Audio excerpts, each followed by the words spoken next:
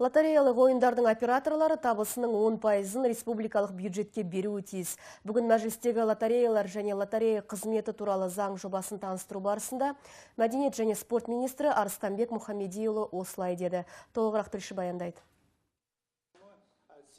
Лотереядан түскен пайда мәдениет, спорт, білім беру, денсаулық сақтау және өзге де әлеуметтік салаға бағытталатын бюджеттік шығындарды біршама қысқартуға мүмкіндік береді. Мәдениет және спорт министрі бұл ережені аспаннан алмағанын білдіргісі келді ме, оған қатысты мысалын да келтірді. Оның айтуынша 2012 жылы Лондон Олимпиадасын ұйымдастыруға бағытталған қаржының 23% осы лотерея пайдасының есебінен түскен. В данное время, честно говоря, қазіргі уақытта бізде салықтық органдарда сыйақы қорына пайданың қанша үлесі бағытталатындығын біле алмаймыз. Бұл заңда біз нақты жаздық, пайданың 50% сыйақы қорына түсуі тиіс. Яғни егер лотерея 100 теңге тұратын болса, оператор сыйақыға оның 50 теңгесін жұмсауы керек. Ең бастысы, оператор табысының 10%-ын республикалық бюджетке әлеуметтік жобаларға бағыттауға міндеттейміз. 20%-ын салыққа, 20%-ын шығындарын өтеуге жұмсасын. Заң жобасының мазмұнымен мұқият танысқан депутаттар болса, халықтың лотереяға қызығушылығы төмен екендігін айта келе, мұндай ережелер енгізілсе, Қазақстанның лотерея нарығына екінің бірі кіре бермейтінін алға тартты. Себебі құжатта нарыққа кіру үшін 300 айлық есептік көрсеткіш көлеміндегі бастапқы капиталы болу керек деп жазылған. Бұл шамамен 555 миллион теңге, яғни 3 миллион ақш долларынан көп.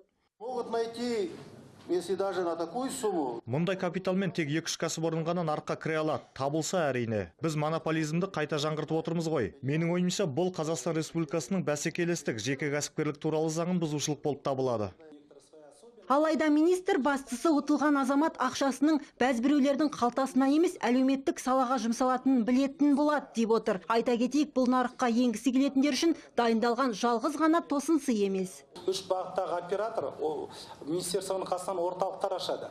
Әр қадамдары сол министерство орталықтарына келіп түсіп тұрады. Қанша билет сатылды, қанша налог төлеттігінде, қаншама әр автоматқа кірген адамның саны сол жерде белгілі болады. Тікелей лотереяға былайша айтқанда көзқарас болатын, жаңа орталық ашылатын, тікелей мәдениет және спорт министрлігінің қасынан болады. Яғни Мәдениет және спорт министрлігі лотерея ойындарының нарығын тікелей бақылауына алуды жоспарлап отыр. Гаухар Тұрсынбек, Виктор Гуйтс, Казахньюс, Астана.